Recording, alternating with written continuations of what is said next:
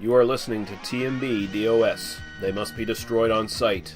The following podcast may contain language and discussions of a frank and adult nature, and spoilers regarding the films discussed are always to be expected. Thank you for joining us. Now start the show, Dr. Rausch.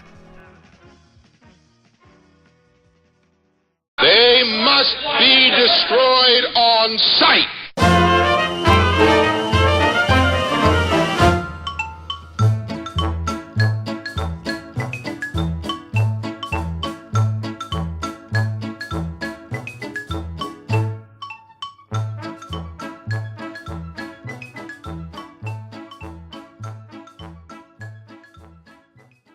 All right, welcome back. We are at episode 125 of They Must Be Destroyed on Sight. I'm your host, Lee.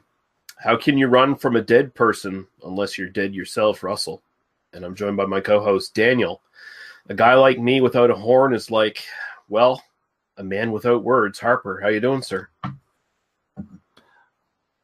It's kind of impossible to do this joke on a podcast, but I should really be without words. That, you know. Cool. But really, this just shows that we don't plan this ahead of time. I hear the introduction when you do, audience, and my response is always genuine, and that's why it's never funny. So for you kids out there, it's what's called riffing. Like we're really improv here. Yeah. You know, fucking, it's all gold. But we're back. We are sort of deep diving into some horror stuff for the next couple months. We're gonna go a little nuts on the horror content because we haven't done a lot of horror in quite a while now. We're going to be looking at Venus in Furs, also known as Paroxismus. I think I'm pronouncing that correctly. Paroxismus. Paroxismus. Yeah. Maybe, I don't know. Maybe there's a silent something in there, but that was the original title anyway. From 1969, but is that the Italian title? I think so. Yeah, it seems like, you know, Paroxismus, not isthmus like the Panama Canal isthmus, but you know, like a disease. You know, that's interesting. Anyway, okay, please continue. Yeah, I think it's a made-up word, actually. But, so we're going to be looking at that. But before we do, we can just go into what we've watched in the last little while. And I know you have something, Daniel, so I'll throw over to you first. Sure. I saw The Incredibles 2. Just like just about everybody else in the world, because it's made a shitload of money. Also, I have now seen The Incredibles 2, but really I kind of saw it 14 years ago when I saw The Incredibles, because it's kind of the same movie done over again. I assume you've seen the original? Oh, yeah. Okay. Yeah. You know how the original, it ends with, you know, the Underminer shows up and, you know, like, oh, superheroes are kind of out in the world and, like, it's a thing. Well, this film opens with that. It literally opens 5 minutes later, you know, like the Underminer shows up and then you deal with the consequences of that. And then basically it's all about like, oh, but superheroes need to go underground. But no, we want to be in, it's kind of that same narrative again. And in fact, even the major subplot of the film about the baby Jack, you know, kind of gaining his powers was something that was done in there was a short film attached to the DVD release called Jack Attack. Yeah. So this is literally, they had no new ideas and they just kind of, you know, They just sort of movie again. They sort of banked on the fact that everyone just kind of forgot the plot of the first one. Is basically. I mean, it's been 14 years. I think I don't know. Like it's well executed. Like it was an entertaining film. It does have some pretty horrifying reactionary politics, just like the first one does. You know. Okay, yeah. You know what's really terrible in society is that people with special talents and gifts are just not respected in society. You know, people have to hide. You know. So that's really the biggest problem facing the 21st century world. Yeah, it's the biggest problem. Yep, I agree. It's worth seeing. It was not a, you know, sort of misspent 2 hours, but it is 2 hours long. It does feel a little bit long to me. Actually, I think it's like an hour and 48 minutes or something. But it definitely there's a twist, and you will see this twist coming a mile away. You know, there's no question. It's barely even worth calling it a twist. In fact, it was so obviously signaled that I thought they were not going to do it. I thought it was But I won't say anything more than that. I don't think there's any like real ambiguity about who the bad guy is going to be in this. It's worth seeing, but it definitely feels like it's a little bit by the numbers, like it doesn't really feel like it's pushing forward, and it just feels stale.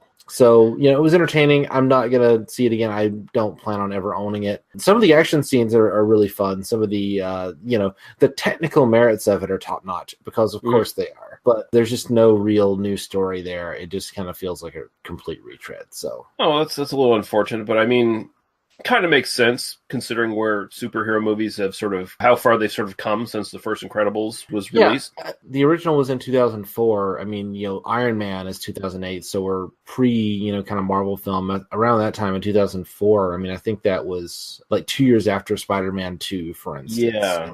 So we're kind of in that era of, the superhero genre. I read some interviews where Brad Bird had said he really didn't want to like comment on the superhero genre with the film. He just kind of wanted to do his own thing. And I'm like, I think that's a really interesting, that's a valid way to go. I completely understand saying, yes, now superhero films are everywhere and we don't want to just kind of do the thing that everybody else is doing and comment on the genre. Both of these films are really kind of more Bond movies with, superheroes as, in place of spies in a lot of ways. And I think that that's a really interesting thing to do. I mean, it definitely gives it kind of an original take relative to the other superhero films that are out there. It's just that it just kind of does the same thing. And what it doesn't do that's repeating from the first film is just kind of like a 90s sitcom dad. Okay. Yeah. There's a very strong like Mr. Mom subplot, and it wasn't nearly as bad as I thought it was going to be. Like I saw the trailer and I thought this is just going to be cringeworthy the entire way through, and it is. Again, it's well executed, it's well acted, it's well directed. It is not kind of overwhelming. It doesn't quite go full on like Tim Allen reactionary, Jesus. But it definitely kind of feels.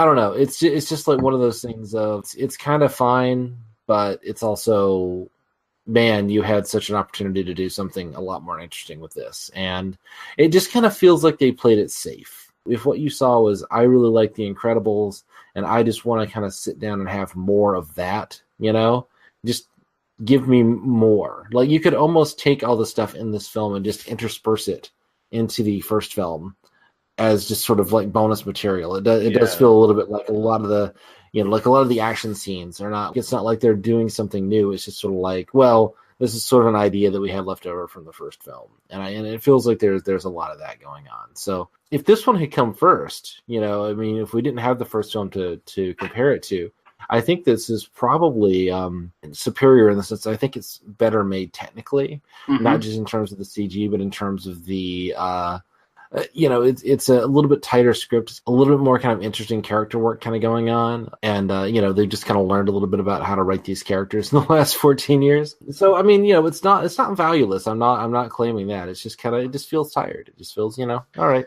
this is what we're doing. Yeah, well, it literally ends with Violet being asked on a date by the same guy that she's asked on a date with from the first film. Okay. Remember, because at the end of the first film, the kid asks her to go on the date. Well, there's a subplot about that where the kid's memory gets erased and et cetera, et cetera. And then at the end, they literally have almost the exact same conversation, just in a different setting. When I say this film repeats everything from the first film, I mean this film repeats everything from the first film. So it's almost like they're testing the waters to see, hey, do you guys remember The Incredibles? We want to do it part 3, but first we want to just test the waters and see if you remember it. It's funny. I can remember when I first saw the first one, the Violet character. At the time, I was actually working with a woman who was basically the grown-up version of Violet. Sure.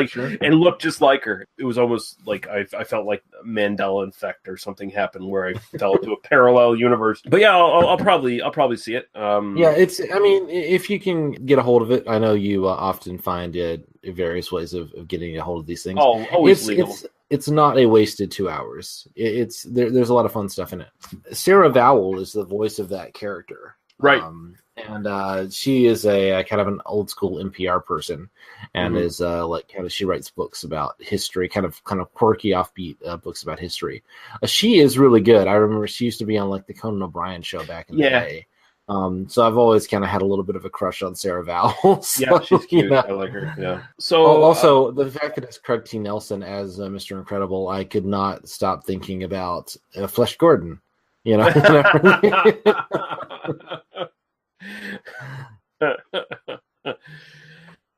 This is my murder tower. I like that. I need to see your titties, Elastigirl. I have seen like a deluge of Incredibles porn parody since that movie premiered. Yeah, I mean the thing is that now like animation is cheap enough that animation porn parody just sort of happens almost, instantaneously. Most of it centers around the Mrs. Incredible's butt. Yes. Apparently that's a thing. So hey, whatever.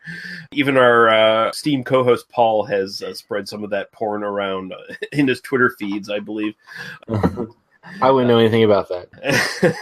The only thing I'll mention that I watched, I just finished binging the first 6 or so episodes of the Luke Cage season 2. Mm-hmm. Not bad. It's 13 episodes, and it feels like we're already getting to the end of the story by about episode 6. So maybe we don't need 13 episodes. A lot of the Marvel series kind of have that sense, you know. Yeah. Jessica Jones like has that like little 3-episode arc where they just kind of go off and do something else for a while and then come back, you know. And I mean, Luke Cage does it literally where, you know, we just got to put Luke out of commission for 2 episodes. Yeah. This one actually feels like it's much more focused, though. It feels like they actually have the amount of characters and story to kind of fill 13 episodes. I'll sort of give them credit for that. There's a lot of interesting stuff going on. There's a lot of fallout from the first series. You don't have to worry about, hey, we're introducing all the characters anymore. We just, it's the characters and here's some new villains. Here's some old villains. Pretty good. Again, the music's really good. I think that's one thing this series has over all the other Marvel series is this the connection between the music and the narrative and everything is sort of fits really well. So far, I'm really enjoying it. I think overall, so far, it's better than the first series. Like I said, there's just so many characters and they all have interesting stories. So I don't mind the fact that it's kind of stretching the series to 13 episodes because it feels like, there's different people to sort of latch onto here, and it doesn't seem like they're doing any sort of really weird turns with some of the characters like they did with Jessica Jones season 2, where they kind of threw some of the characters under the bus. And yeah, I really loved Jessica Jones season 1, and just sort of didn't continue with that. It's not that I do love Kristen Ritter, and I do love that character, and I don't know. It does seem like the Marvel series, kind of got like Jessica Jones season 1 and, our Daredevil. Yeah, well, it feels like that there is a sort of like for a while they were kind of on this creative high point where even it's a little bit long, it's a little bit flabby, it's got some issues here and there, but like, and then at a certain point they sort of turned into like all the conversation was like, I guess that was fine. They just kind of lost their creative juices and they just kind of lost the edge a little bit. I'll tell you, I've watched a little bit of the Black Lightning series. This is just a bit kind of like my wife has been kind of watching it on Netflix, and this is in the DC universe. And I'm telling you, some of the they don't have the budget and they don't quite kind of go for the kind of prestige television element as much as the Marvel series does. Right. But I've been really interested in some of the DC Universe stuff just because it is kind of a little bit more overtly comic book, and it is a little bit more overtly, I want to say like crowd pleasing. Yeah, it's more fun, and it's more kind of gives a more of a sense of, we can kind of go and we can just say, look, we're making TV. It's a little bit cheesy, but it's here for a reason. It seems to Black Lightning plays with some of the same ideas that I think like Luke Cage season 1 did. Right. It's literally like a superhero who's also like the principal of a majority black high school daughter, like has powers, and he's helping her to learn how to like control her powers, but he's kind of doing it as a dad and not like and there's a lot of that's actually a pretty interesting little story there, and there's a lot of kind of silliness that kind of goes along with it, but I don't know, I haven't looked into that in detail. It's more something that just sort of happens on my TV, and I kind of look at it and it's like I kind of miss the idea that TV could just be TV and it didn't have to be like prestige 13 episode drama. Like it could just be, that was a fun episode that was 44 minutes of something that I liked to watch. You know? Like, yeah, no, it's kind of weird. Like DC and Marvel sort of have they're like direct opposites when it comes to their TV and their movies. Yeah, exactly.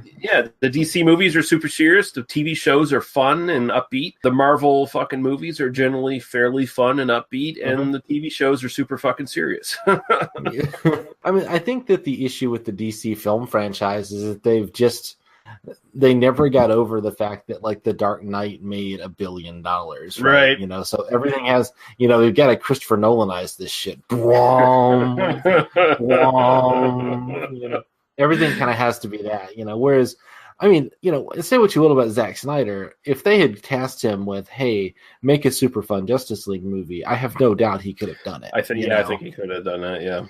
Yeah, definitely. So I think they need to fucking fire Christopher Nolan, but I kind of don't like Christopher Nolan anyway. So yeah, I'm a little over him at this point. So Mike Murphy, that discussion was for you. If you're still listening, buddy. There were barely any Marvel movie discussion in that. Yeah. That was entirely TV shows in DC Universe. And, yeah, you know, The Incredibles 2 came out. We had to talk superheroes for a little while. And we love you, Mike Murphy. Bring back fucking BB and BC, you son of a bitch.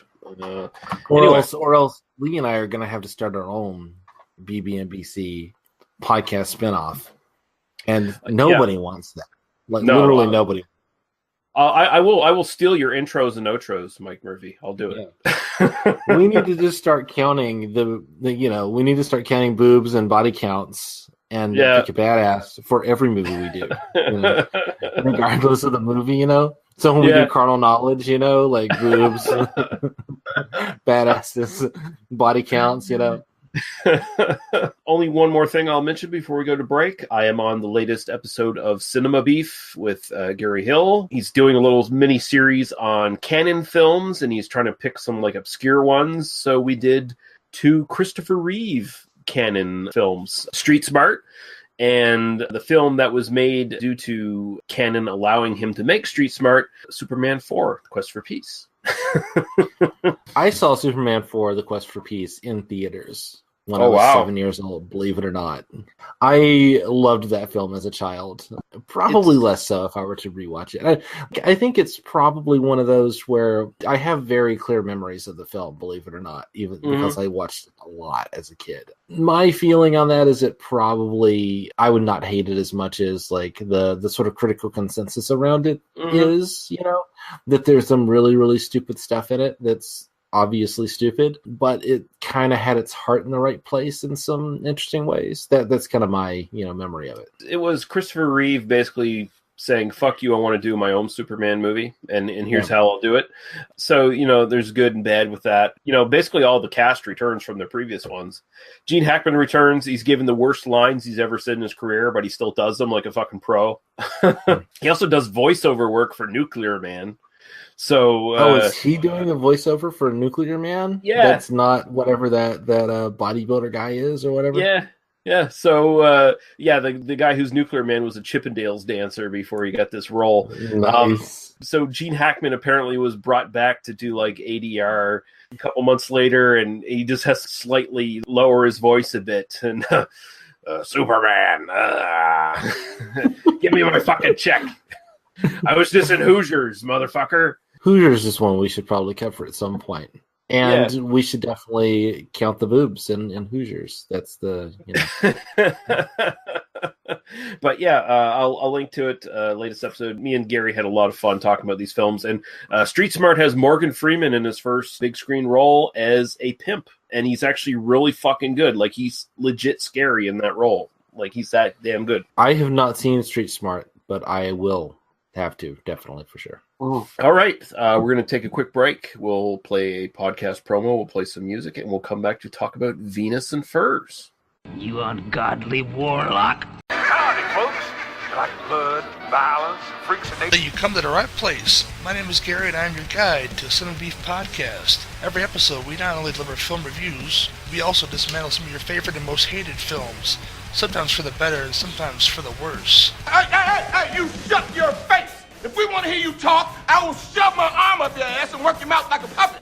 All right, calm down. Every show I hope to have a new co-host, podcasters and listeners alike. That's right, I'm talking to you people. I take all comers. You're sluts. That's not very nice. The only rules, well, let's ask the best cooler in the business. All you have to do is follow 3 simple rules. 1, never underestimate your opponent. Expect the unexpected. 2, take it outside. Never start anything inside the bar unless it's absolutely necessary. And 3, be nice. So join the insanity and please vent your frustrations. I'm available on TalkShoe, iTunes, and Stitcher Smart Radio. And remember, here at the Son of Beef Podcast, if you got beef, I've got the grinder.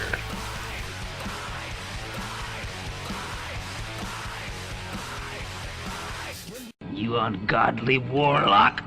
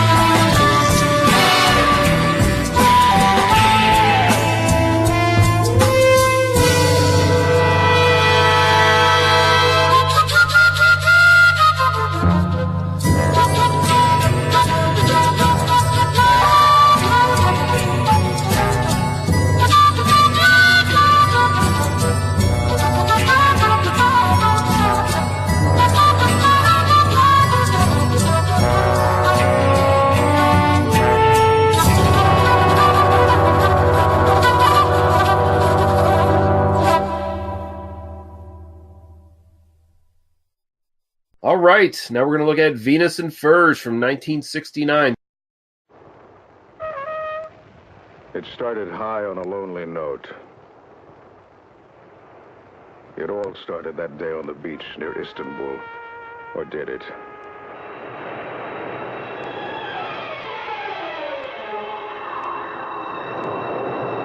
It started the instant you saw her.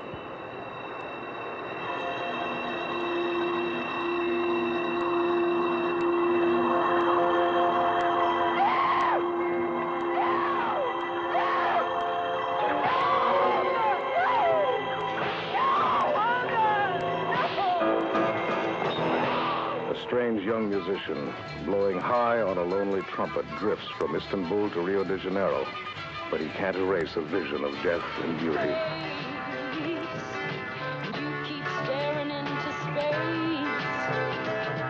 Even a love like he has never known or dared imagine can make him forget. Tell me, how did she hook your mind? Just how? Tell me. Please. Please show me. Let my hands be her hands.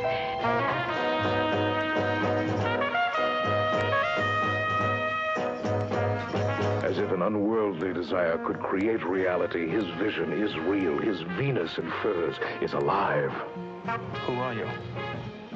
I don't know. Who is she? Tell me the truth.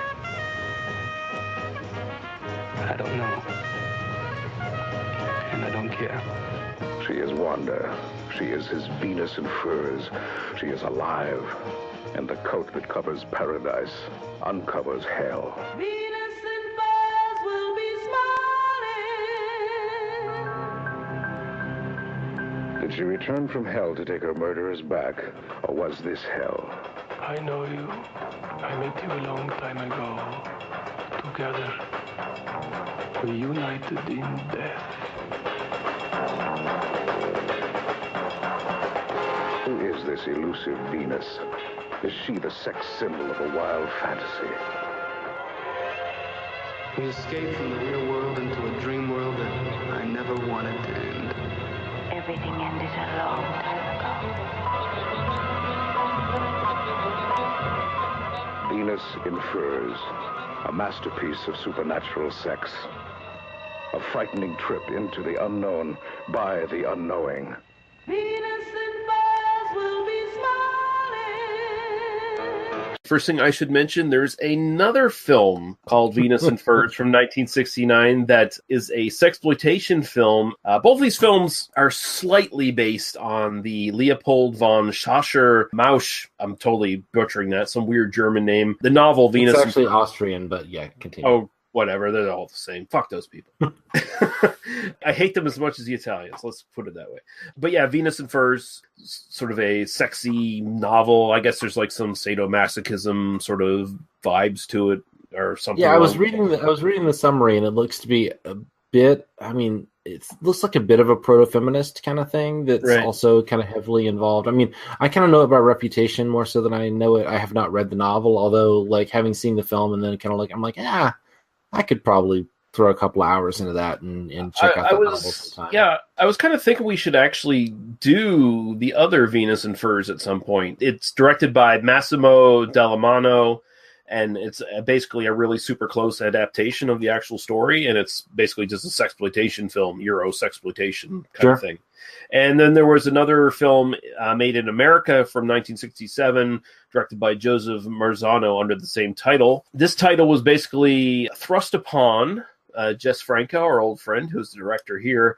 He wanted to call it Black Angel, but AIP, who was basically producing or distributing this film, was like, no, you got to sort of title it this to try to get some a little bit of buzz around it and sell the movie. So that's why it is. Directed by Jess Franco, written by Jess Franco, Melvin Wald, Milo G. Kukua, Carlo Fada, and Bruno Litter. So there was a lot of writers on this for some reason. I don't know why, quite frankly. And then I'm not saying that extensive drafting process, clearly. I guess. And I'm not saying that to disparage the film, by the way. We'll get into it. But surprising amount of writers. If you are looking for this film, it is available on the Full Moon subscription if you have Amazon Prime, which is how I watched it. It's a pretty good looking print, although it does not have subtitles, which always pisses me off when that happens.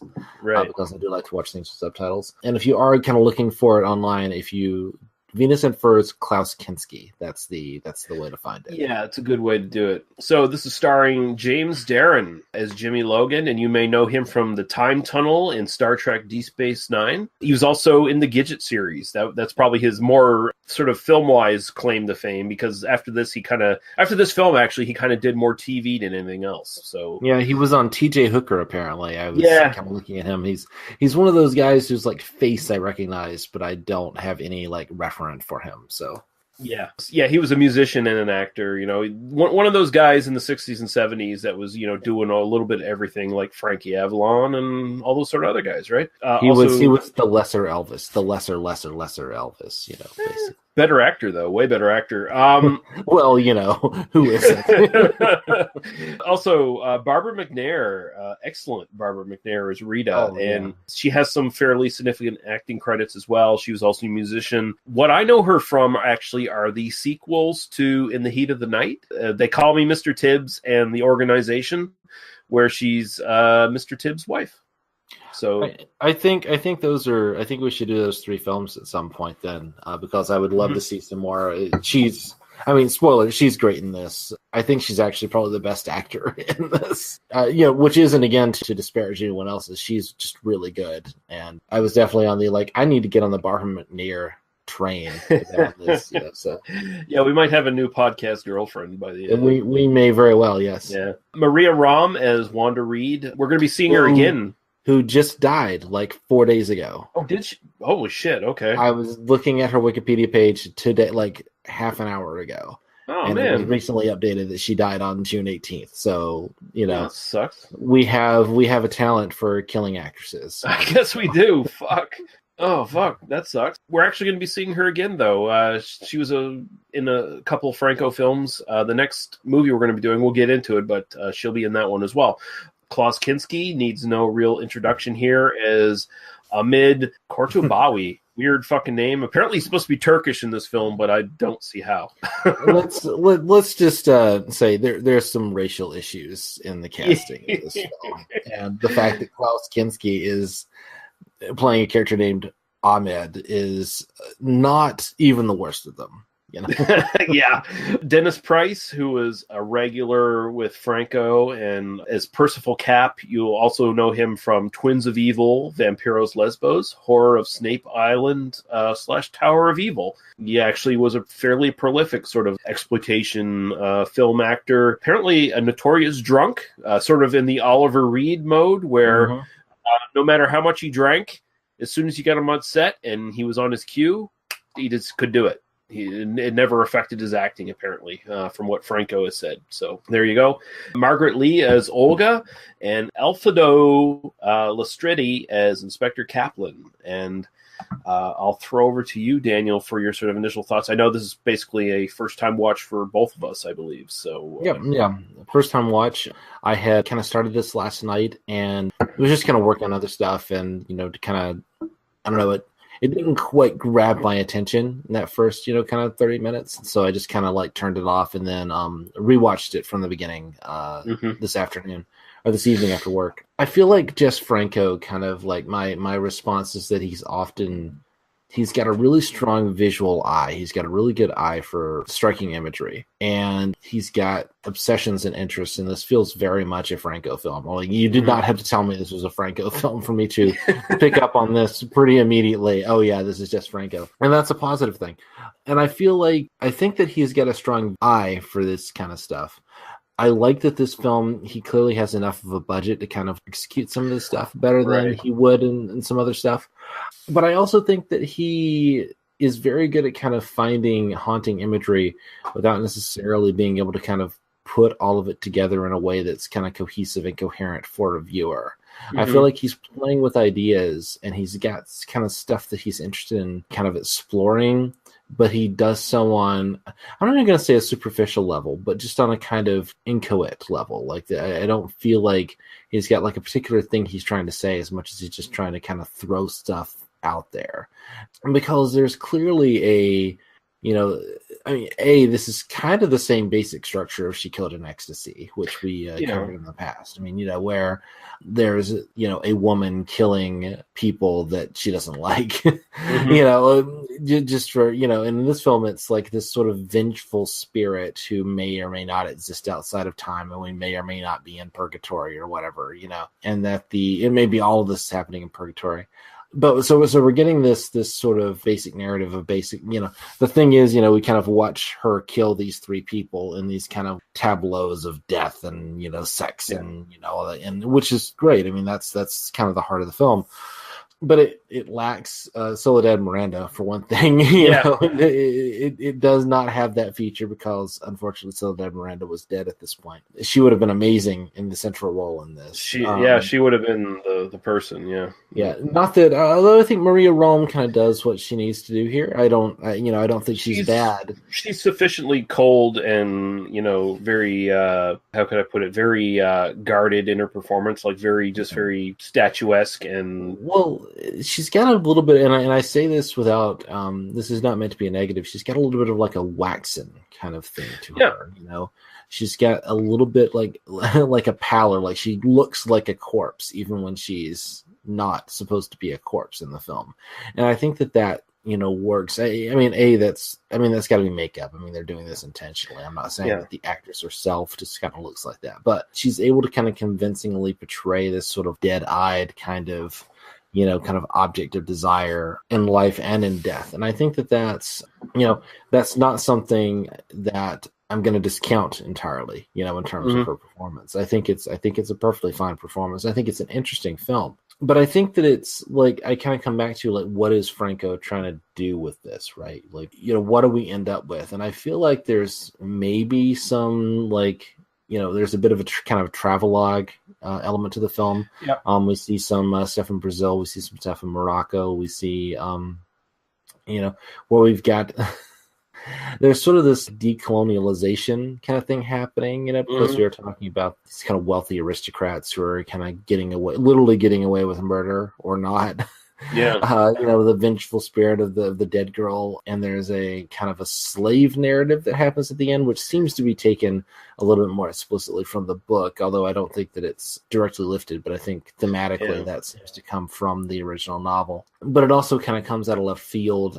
It's probably one of the better sequences in the film. I wish the film focused more on that particular relationship, but it feels like it's you know, it's sort of got this idea of like, we're going to just kind of play with these kind of supernatural themes and the supernatural idea. We're going to kind of leave you guessing about what really happened in the film, what was real and what wasn't. But I feel like it could have been a lot more. I feel like it's got a lot more kind of stuff kind of going on underneath it. And it can't quite kind of keep all the balls in the air. It's kind of failing to really kind of handle all the stuff that it's bringing up. And that's unfortunate because it's bringing up some really interesting shit, you know. So if I'm damning with faint praise, that's probably why, you know, I think it's well made. I think it's an interesting film. I saw a review that, you know, that basically said, you know, viewers will either be stultified or invigorated by it. You know, you'll either be obsessed with it or you will just think like, what the fuck is this, and start falling asleep. I found myself kind of halfway between those two responses, where I really do want to see it again, but I'm not sure that I'm going to gain anything from seeing it again. I don't think that it's well made enough to really kind of get at something new. So anyway, that's kind of my overall thought, you know, in terms of the film is I like it. I think it's interesting, but I think it's more interesting than the film itself is, right? You know?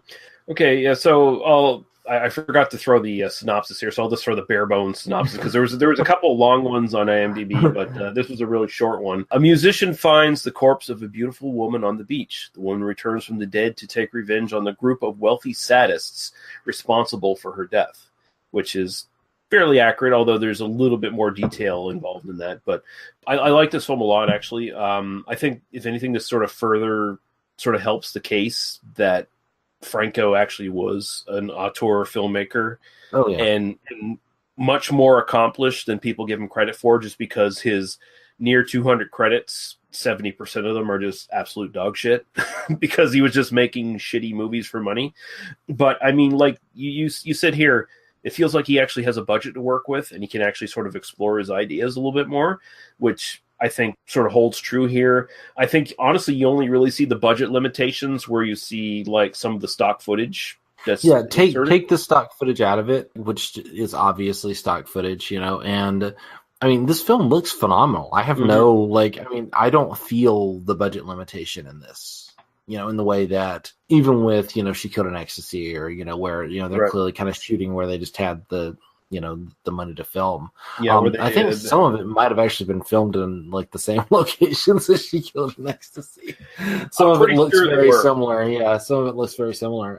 I think it looks great. I think it really is just like if you'd had this kind of budget the whole time, I think that a lot of the sort of technical stuff that you can kind of like ding him for kind of goes away, and you can kind of see that he's got, it is kind of a horror art film. It's kind of trying to do that thing, and that's a very kind of late 60s, early 70s European, kind of idea. The thing is that these films basically died with the invention of the blockbuster, 5 or 6 years later, right? Which is unfortunate. Sorry, I'm talking again. I was interested in what you had to say. I picked up a lot of interesting stuff from this. Like as I was watching it, and I don't know, I don't remember if you've seen these films or not, but David Lynch, Lost Highway and Mulholland Drive. It feels like David Lynch must have seen this film because there's a lot of similarities here. There's sort of the unreliable narration kind of thing going on. There's a lot of sort of dream logic to this where it seems like in certain places it's jumping back and forth in time. There's definitely a repetition of images here and there in the film. So you never really know what's going on. Like the narrative really sort of fractures around. Things seem to be more focused on building up emotional responses and uncomfortable responses than it does narrative logic or anything like that. Like I guess the term is emotional logic instead of narrative logic in the film, kind of an idea. It also helps that the score in this is amazing. Like there's just this really, and it's both actually being played in the film, and then there's the score overneath or over that as well. So you have like Manfred. Overneath is the sign that we do record this late at night while drinking. That's overneath. In case the audience of this podcast was unclear about the production value that we bring to this. It's a Franco film. It can be overneath. I'm going to argue that it can be.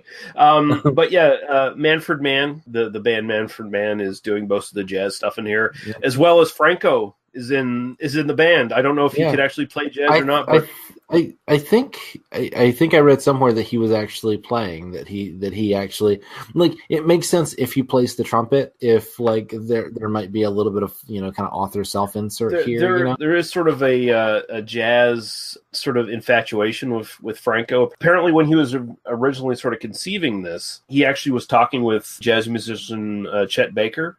Mm-hmm. And he first conceived this as a biracial love story where it was a sort of Miles Davis figure in love with a white woman who was not real. She was sort of like a dream apparition, and it was sort of conjured.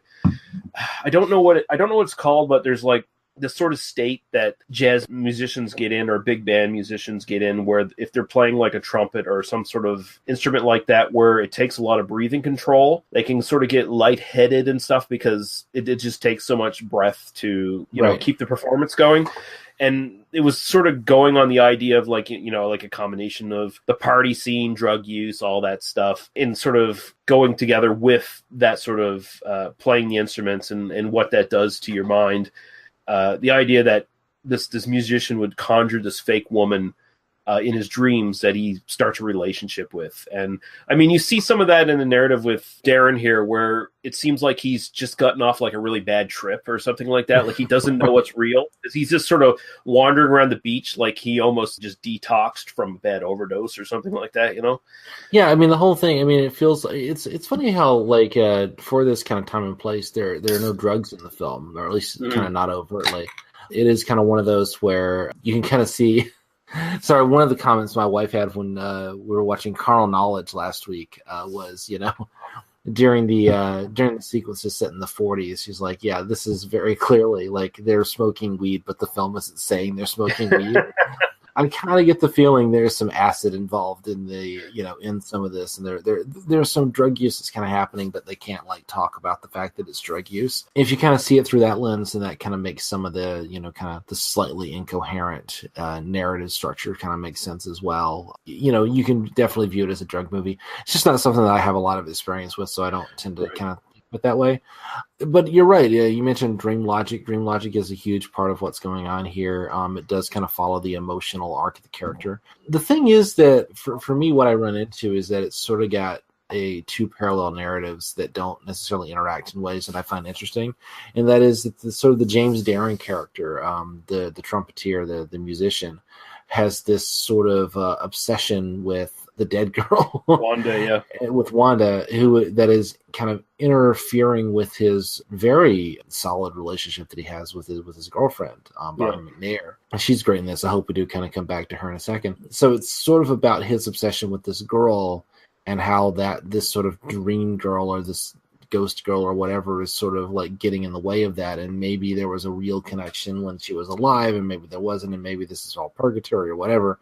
But then there's also this sort of like sub-narrative that happens, which is this woman kind of going after the three people who murdered her, and sort of the larger narrative around this sort of aristocratic elite kind of doing whatever the fuck they want, sort of thing. And I feel like those are two interesting stories, but they don't necessarily go together in this film. Yeah, and I think that's part, like, once we got into the we're watching Murder Wrong, we're watching Wanda kill these people. I'm like, oh yeah, I'm kind of down for this. I mean, there's some really interesting visual stuff kind of going on there. And this is the stuff that I find really interesting. But I kind of forgot about the framing narrative a little bit. So then when we do kind of come back, and it's like, wait a minute, what's the trumpeter doing this whole time? Well, it's kind of interesting because it seems like Wanda's spirit sort of manifests through people's memories and dreams of her more than anything else, because she's clearly, if you take this for reality, and I do, she's clearly killed near the beginning of the film, and James Darren witnesses this. Now, I'll get back to this at some point, because I think this is one stumbling block that the film needed to fill in a little bit of information, and would have made the ending actually work much better. But it seems like she's being manifested through Jimmy's sort of dreams, his guilt over watching her being raped and killed and not doing anything. It seems like that's what's sort of manifesting her, and it seems like she still exists in at least two of the killer's dreams, to the point where they're obsessed with her. Olga, who is the lesbian fashion photographer, she's the only one who actually has any regret or guilt over the death. So she's actually, it's weird, she's actually given a different out than the other two killers. Yeah, because she kills herself in the bathtub. Yeah. And so it's kind of playing around with that. Like, again, it's a very sort of Lynchian before Lynch existed kind of thing, because everybody sort of sees her differently. At times you see her with long hair, you see her with short hair, you see her with red hair. So it almost seems like it's a construct of their like memories and imagination of her, or what they want her to be almost. And either way, in the Klaus Kinski character, like, you almost get the sense that happened 40 years earlier or something. Like, you that seems almost like an overt, this happened in the 1920s in the Ottoman Empire or something. You know what I mean? Well, yeah, he talks about when she comes for him, and it was a little confusing because he talks about this tale of like an ancient Egyptian prince or sultan or something like. Actually, it's pre-Ottoman, actually, like some sort of sultan in the area. Yeah.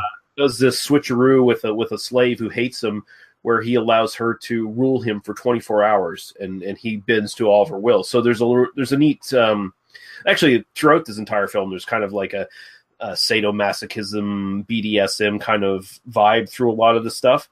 And so that seems to be his fantasy. Like, he wants to recreate that scenario. And it seems like he's probably recreated that a lot of times, because he's just this rich asshole who has all the time on his hands to do this shit.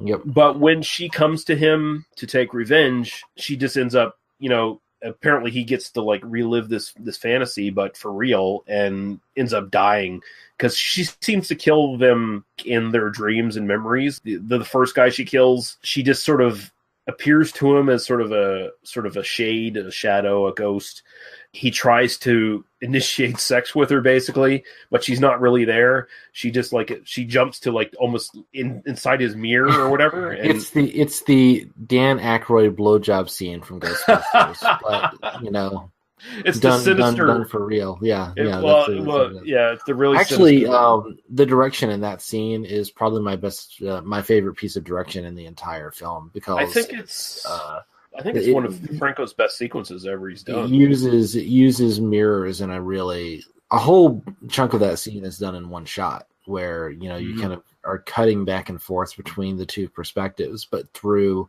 one single camera move, looking at mirrors. And it doesn't, me describing it may not sound like much, but it's really effectively done. And really is. Oh, the shot where she's he keeps imagining different sort of shots of her basically while he's being basically built up to a heart attack or whatever the fuck kills him. The one where she's licking her lips, God, yeah, that's good stuff. There's some very sexy stuff in this as well. Franco knows how to really get at that kind of creepy, sexy, murderous, horrifying kind of. He finds that line and is able to kind of push it really well, and it's really effectively done here. I mean, very little of this film feels like a kind of one-handed viewing for me, if you get my drift, But at the same time, it definitely kind of has some moments that are much more sensual than you necessarily think it would be in kind of a more straightforward erotic kind of horror thing, Right. It doesn't do the thing of we're going to show some boobs and then also put some blood on them just to prove that this is horror or whatever. It really is kind of thematically riding the edge of this is sexy and terrifying. Yeah, and I mean in movies where he had less money, Franco did those sort of things where it's let's throw blood on boobs, and that's the movie. Sure. So I mean, I'm not even criticizing that as a technique thing that you do, but it is more interesting. I mean, just visually. I mean, this is a I don't want to say sumptuous feast of visual arts, but it kind of is a sumptuous feast of visual arts. This is a very visually fascinating film. Yeah, well, I actually respond to this, and this is a thought that I had, is that I almost wish this was a silent film. No. There's very little dialogue in this that you could not true. do in fact, all the dialogue sounds ADR'd and it sounds terrible. That's my one. It sounds. James Darren's got this noir narration for the most of it. It sounds like what they were doing was, Franco was used to filming in several languages, and then you just kind of ADR in all the, into English or Spanish whatever later on. And it sounds like they did this with this film, but everybody was speaking English anyway, and so it just sounds like none of the dialogue. Nothing sounds like it was filmed in the moment, and it's all kind of just bad ADR. Which I understand that's just kind of how low budget looping sounded at that time. Right. I'm not kind of necessarily, but it really is one of those things that just immediately takes me out of the film. Yeah, because they had to sell this to basically it's AIP. They're selling it to an American audience exclusively, almost. Yeah. So you had all these actors. Some of them are obviously German, whatever European mixture of actors. Not necessarily all of them speak English, so they were probably just doing their lines. Some of them were probably speaking phonetically, even. And then they just dubbed it all in afterwards. That's the way they would always do this shit, right? Yeah. A lot of cameras used on low budget films at this time didn't even have the ability to record sound. That's right. Yeah. James Darren's narration here, very kind of noirish kind of thing, and I think he's pretty good in this too, honestly. And we should talk about his relationship here with Rita. Rita's excellent. She's kind of the thing that grounds this film in reality more than anything else, because her character is kind of almost the only real character in this film to a certain. Well, she's the one not white person in the film, basically. Yeah. When there's one black person in a cast of white people, there is a certain sense of well, what is the filmmaker really trying to do here? And let's give him credit, but also wonder, is there some kind of subtle thing he's doing that we're just not? Anyway, Barbara McNair is phenomenal here. I've said it before. I think she is the best performer in the film. She is, and I use this term knowing that it can be misinterpreted, but she gives a very earthy performance. Yeah. And I say that like as a performance, and like not talking about her as a person. I'm not trying to like be racist for saying that. What I mean is like she is grounded, as you said. You know, she is definitely kind of in the here and now. I don't know what she even sees in this guy, honestly. You know, it's like weird, isn't it? she's way out of his league. But like he's obsessed with this ghostly apparition girl that he's, you know, kind of seeing. And maybe, you know, the idea is that he's obsessed with her because he saw her die or whatever. I don't know, like something, some more complicated thing. I think she knows him by reputation, and they struck up sort of like a relationship in that fashion. And and she got involved enough, whereas she didn't know what she was getting into, but at that point, she wants to make it work, you know? It's like... Yeah. So, I mean, she's the most human character in this, you know? She gives the best performance. She's not the most seasoned actor in this. Like, I would argue probably Klaus Kinski probably is, but he's 80 yard. He's 80 yard at the fuck. His voice doesn't match him at all. Well, Klaus Kinski is an amazing actor, but I'm not like connected to his performances. I mean, he would be the kind of other obvious choice for best actor in this, right? He acts with his forehead veins is what he acts with. I mean, I do wonder, like, you know, we don't even necessarily. I mean, I don't know. I'm kind of on the we don't need the Barbara McNair character. In the sense of, you know, if it's just kind of about James Darren's obsession with this girl, it just kind of gets in the way. It makes it more confusing. And then, of course, we don't even really need James Darren's character in this. I mean, this is really about the vengeful spirit thing. But then you really are just remaking She Killed in Ecstasy. So, you know, here's my sort of thoughts on how the ending could have been better and how it would make more sense. I still think the ending on this is really cool. Just the sort of subtle twist here. It's kind of like a Twilight Zone kind of twist. Doesn't make a lot of sense as the movie stands. But if they had managed to, at the end, have Jimmy's character finally start to remember everything, where he remembers a scene where he tried to stop these three from killing Wanda, and he ended up being killed himself. I think the entire narrative would actually tie together much better. But as it stands, is this he pulls his body out of the surf at the end, and it's like, okay, it's really weird. It's kind of creepy. Doesn't really make any sense because, it's just the idea that they're both ghosts coming back and somehow facilitating this revenge, and he just doesn't quite realize it till the end. That actually narratively kind of makes sense because in one of his conversations with Wanda doesn't seem to know who she is or remember who she was. She just seems to know she wants revenge. So kind of the idea of spirits coming back who don't really know what actually happened. They have this sort of drive for revenge, and they're just sort of avatars of vengeance more than anything else, than they actually are the real people in spirit form. I think that's a cool idea, but the movie doesn't do that. It just kind of makes it feels like, you know, Franco had this sort of like plot that he wanted to do with the, you know, the kind of the vengeful spirit coming back, and then he had like this he just had to put the author insert in. Like, he just kind of had to, you know, like throw in the obsession, you know, kind of thing. And it's, I mean, the movie is only like an hour and 24 minutes long or something. So, you know, it sort of makes sense that, I think the framing narrative sort of makes sense. It just sort of, I don't know, it feels like two movies kind of like fighting for space a little bit. Yeah, from what I've been reading, apparently Franco's original idea had nothing to do with revenge or anything like that. Like, again, it was a relationship between a black musician and this sort of fantasy white woman that he was in love with. And, you know, AIP was like, we can't do that. We can have a white dude with a black lover. That's great. But we can't have a black man romancing a white woman because, no, can't do that.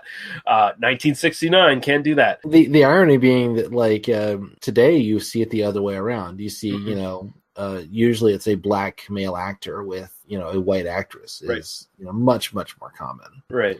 You hardly ever see, like, white actor with a black girlfriend or whatever. Yeah. But I don't think Franco even necessarily intended this to be like a supernatural revenge tale.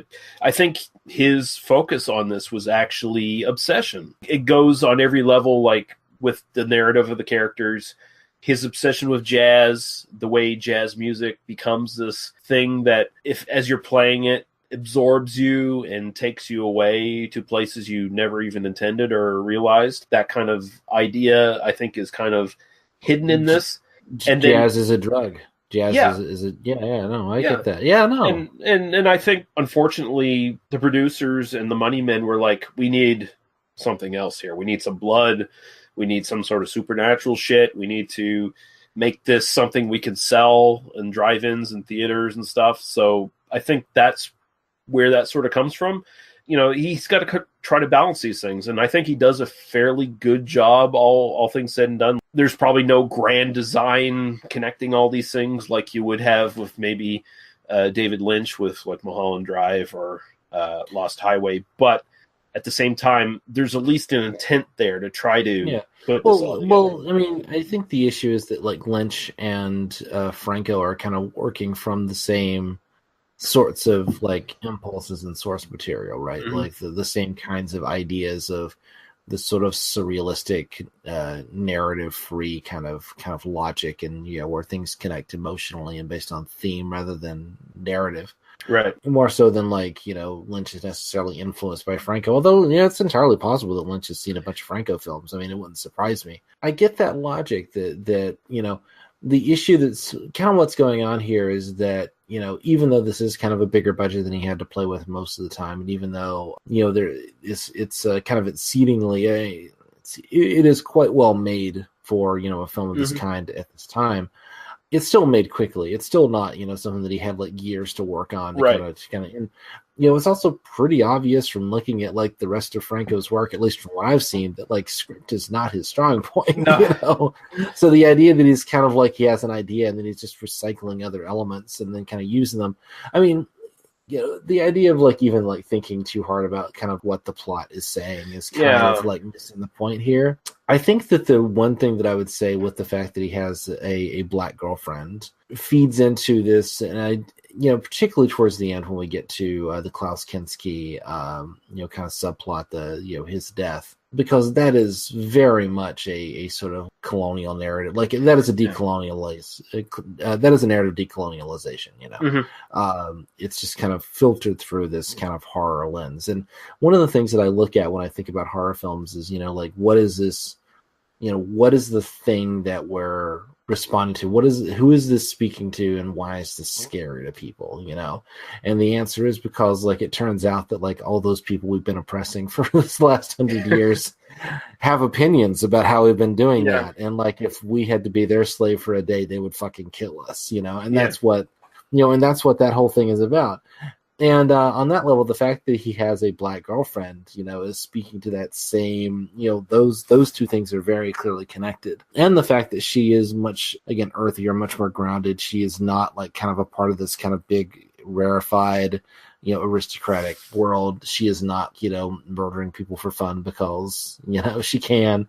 And the fact that maybe these two just kind of bond over music and they have a relationship, and maybe, he just doesn't quite get, he's more interested in the ethereal waxen figure of this, gorgeous blonde, as opposed to the like amazing girl who's kind of right there. And that's, I mean, there is something there. There is a kind of an idea of like that this is kind of all connected, but the film isn't really connecting it. The film isn't really kind of giving us that. It's just sort of presenting it as images. And I think that's just kind of Franco. He's just kind of, like he's got some ideas, but he never has either the time or the energy or the wherewithal or the, just kind of the money to really like I think put he's it together in a coherent way. I think he's like Fulci, where he actually just doesn't give a damn about narrative. Like he's much more interested in image and sort of dream logic kind of stuff, like an emotional sort of resonance of images and things like that. Like he could give two shits about characters talking to each other.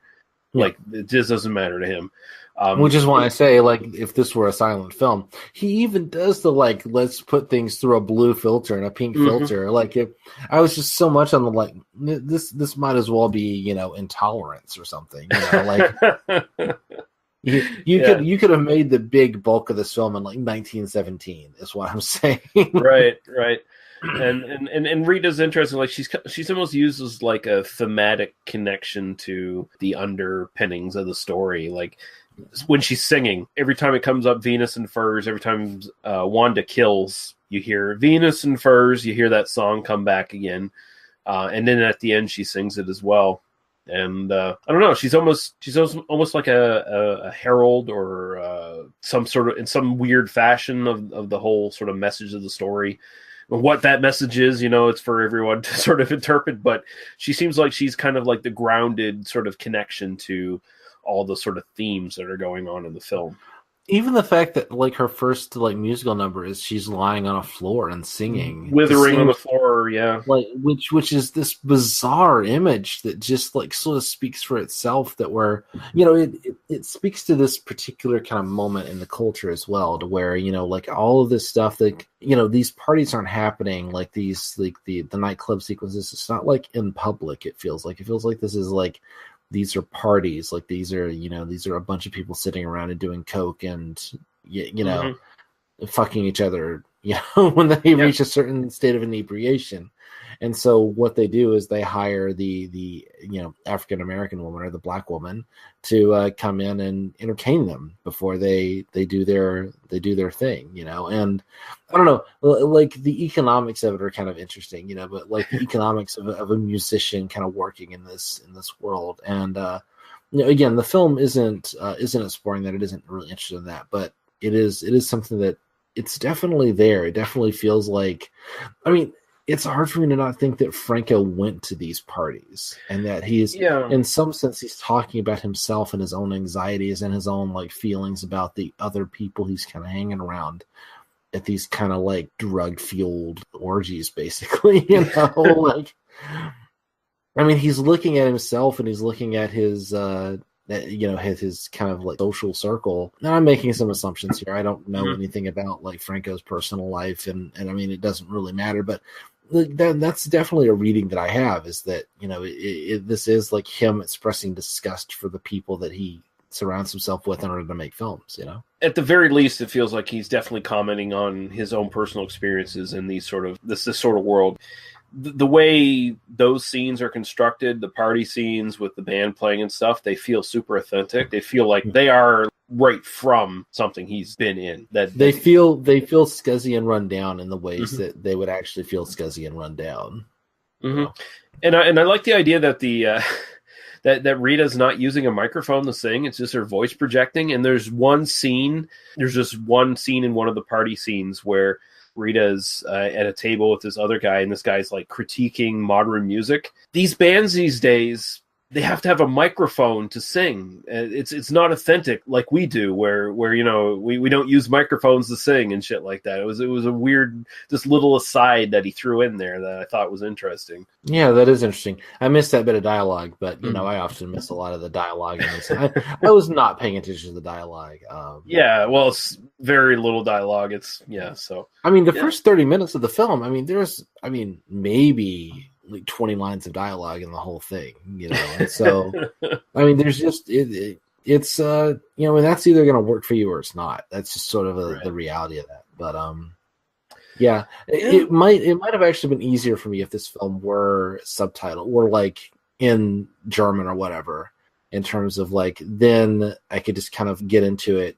I don't know, sometimes these kinds of films would work better for me if I don't have to listen to them, Yeah, and although at this point, it's, do you really need subtitles for these characters? Because you're not really connected to anything they say. It's much more like the visual story with them or whatever. So I guess that's the other thing, is that other than this is a little bit unfair, but I didn't feel like any of the characters, particularly James Darren, I didn't care about him like as a person. I never got a sense of like kind of who he was, other than the fact that he's dating Barbara McNair, which means he's probably a pretty decent guy to end up with her even briefly. The people that she kills, the kind of the other guy as well, Klaus Kinski and then Margaret Lee are both, I think, I kind of get a sense of who they are as people, but I didn't get a sense of the other guy. I was like, he didn't. He actually had no lines at all in the entire film.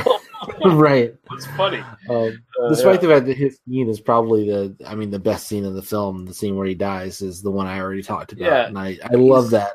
I love that scene, but you're right. Yeah, no, he has no lines. That's great. I don't know. I like the film overall. I just kind of, I don't know. It doesn't quite click for me. Though I like it enough that I want to like it more, and it doesn't quite click for me. And you know, I kind of feel like it's a little bit of a swing and a miss, but definitely worth checking out. It's definitely worth spending a little bit of money on if you have to in order to see it. So out of all the stuff I've seen from Franco, I would not say this is his best film. I would say it's his most accomplished one, though. Like, just visually and stylistically, he had the money.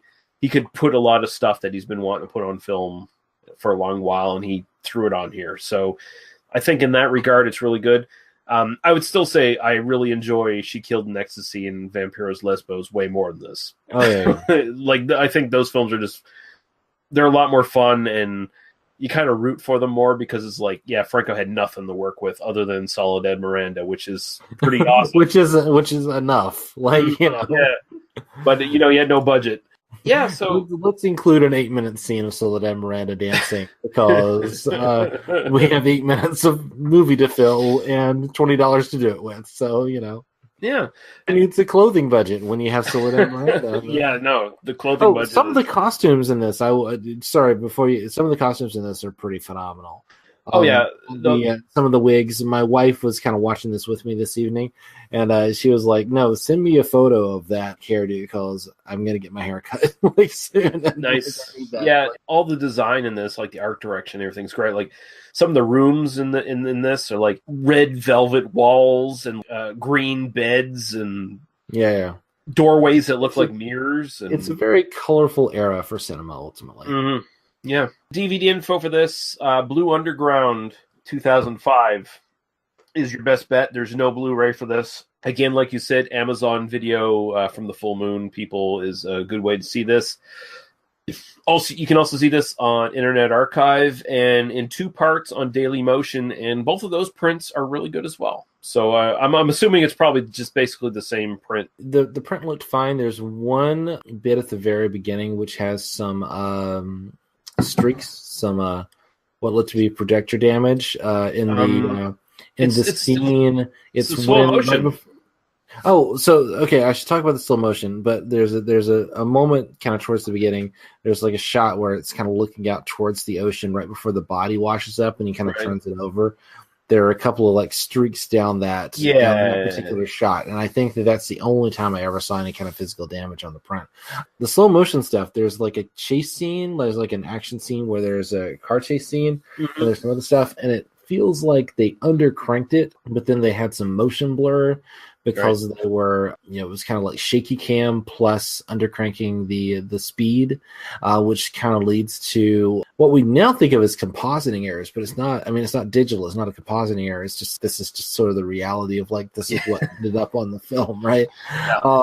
Which is a really it's kind of an ugly look by modern eyes, but that's because we kind of anticipated as being kind of a bad digital effect or a bad video effect. But the reality is it actually, like when you think about like when and how it was made, it actually does kind of fit with the slightly disconnected from reality nature of it. So I did notice that when I was watching it and kind of like, wow, this is kind of painful to watch, but I think it maybe is playing differently to me now than it would have 40 years ago. There's a lot of happy mistakes, I think, in this film that sort of just play to the narrative. Those are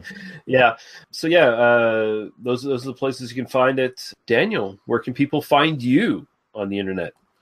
No one should find me, but if you do want to find me, come check me out on Twitter. I'm at Daniel E. Harper. All my stuff goes there. Cool. You can find us at tmbdos.podbean.com, where you can find our YouTube, our Apple Podcast, and our Facebook links. Facebook group, They Must Be Destroyed in Sight. Best way to get in touch with us and find out what's going on the podcast. Next week is going to be another Franco film. We're going to be looking at Franco's Dracula with Christopher Lee. Yeah. And Klaus Kinski as well returning. And Maria Ram also makes a return as well in that film. Oh, well, I'm looking forward to it. Yeah.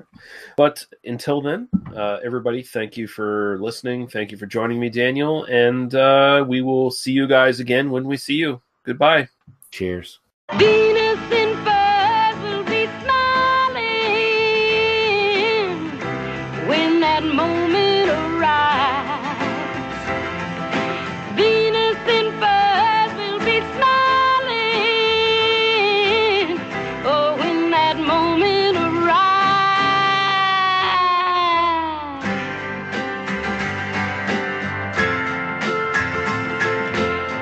who show no mercy then, no mercy will be shown. For those who got their pleasures from the strangled cries and groans, the grins that fill their evil faces will be wiped for sure. Sometime someone somewhere will come knocking, knocking on the door, and Venus in furs will be smiling. Oh, when that moment arrives, Venus in furs will be smiling. When that moment arrives,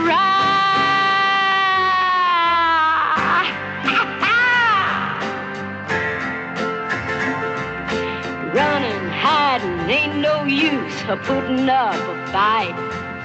A price they'll have to pay one day, the price will be to die. They'll find that there's no one to protect them anymore. Sometime someone somewhere will come knocking. Well, they'll come knocking on the door. Venus in furs will be smiling. Oh, when that moment arrives, Venus in furs will be smiling. Oh, when that moment arrives.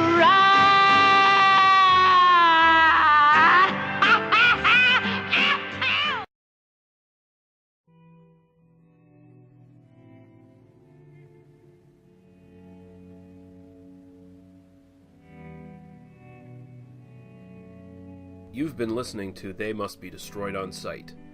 For other episodes, our Apple Podcast, YouTube, and Facebook group links, as well as podcasts and websites of similar interest, please visit us at tmbdos.podbean.com. Thank you. Drive through.